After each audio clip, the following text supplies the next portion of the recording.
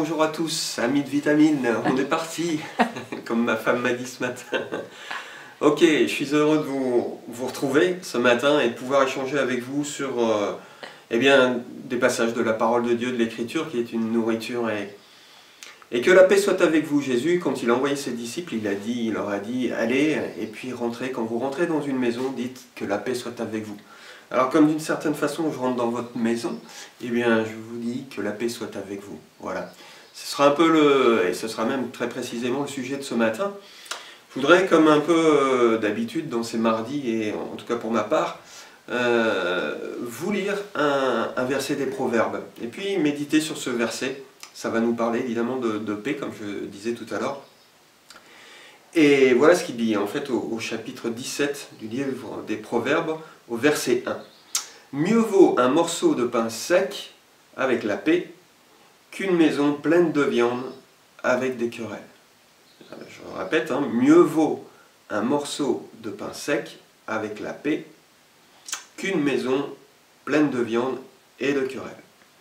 Alors, ce que Dieu, au travers de ce verset et au travers de ce passage, nous dit, c'est pas que ce matin vous devez manger du pain sec, c'est pas son programme, c'est pas le menu du jour. Simplement, il dit il vaut mieux manger un morceau de pain sec avec la paix, hein, un morceau de pain sec avec la paix, qu'une maison pleine de viande avec des querelles. Mieux vaut, c'est ça qui est important. Je ne sais pas quelle est aujourd'hui votre situation, mais en tout cas, il y a une richesse capitale, et c'est ce que nous dit ce verset, c'est que la paix est bien plus importante que tout ce qu'on pourrait posséder, puisque l'idée c'est un peu ça. On va passer du temps à consacrer, à travailler, et c'est une bonne chose, hein, c'est une bonne chose, c'est pas ce que je veux dire, et c'est une bonne chose de travailler. Mais la Bible nous met en garde sur le fait de vouloir s'enrichir, d'accumuler, s'enrichir, accumuler, accumuler, accumuler, et s'enrichir, et aux dépens de la paix. On croit qu'on va gagner la paix, on croit qu'on va l'obtenir, qu'on va obtenir la paix peut-être dans notre foyer, en apportant et telle chose, ou qu'on va apporter la paix dans notre cœur, en apportant telle ou telle chose, et on reste frustré, et finalement nos efforts sont vains. On peut le transposer aussi à nos cœurs.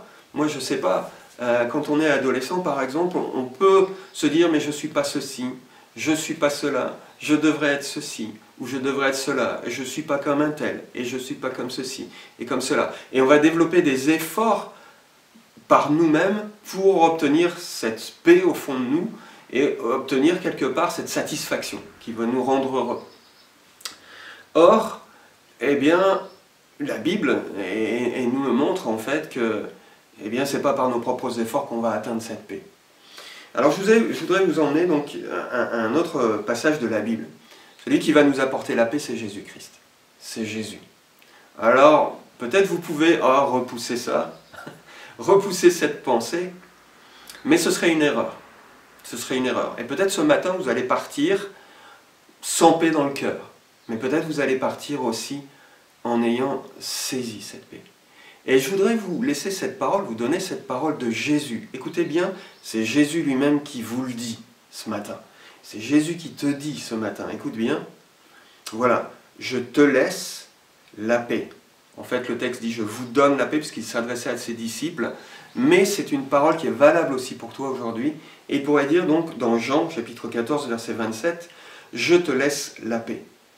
Je te donne ma paix. » Je ne te donne pas comme le monde donne, que ton cœur ne se trouble point et ne s'alarme point. Voilà. On pourrait être en panique au regard des autres, au regard de ce que l'on n'est pas, au regard de ce qu'on n'a pas. Mais Jésus dit, je te donne ma paix. Je te donne ma paix. Alors il y a deux solutions face à ça. Soit on dit, oui, ça ne sert à rien, etc. Ou soit on considère celui qui a donné ça. Et celui qui a donné ça, Jésus-Christ, est la force la plus puissante de l'univers.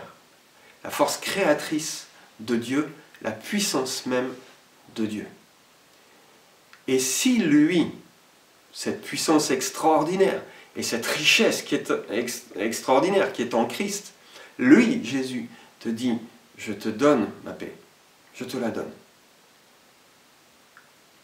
C'est une présentation. Il te présente sa paix. La question c'est, est-ce que tu vas le recevoir? Est-ce que tu vas recevoir aujourd'hui cette paix? Est-ce que tu vas partir tout à l'heure au travail, au lycée, au collège, à l'école, en ayant reçu cette puissante paix de Jésus-Christ? Cette puissante paix de Jésus-Christ. La question est pour toi. Le plat est présenté, cette richesse, cette force et cette puissance qui est dans la paix de Jésus-Christ qu'il te donne. Est-ce que tu vas la recevoir? Est-ce que tu vas la saisir? Est-ce que tu vas t'en nourrir? Est-ce que tu vas la considérer? Encore une fois, c'est la force la plus puissante de l'univers. Alors je te laisse ce plat devant toi. Je te souhaite une bonne journée en Jésus-Christ. Que le Seigneur te bénisse. Amen.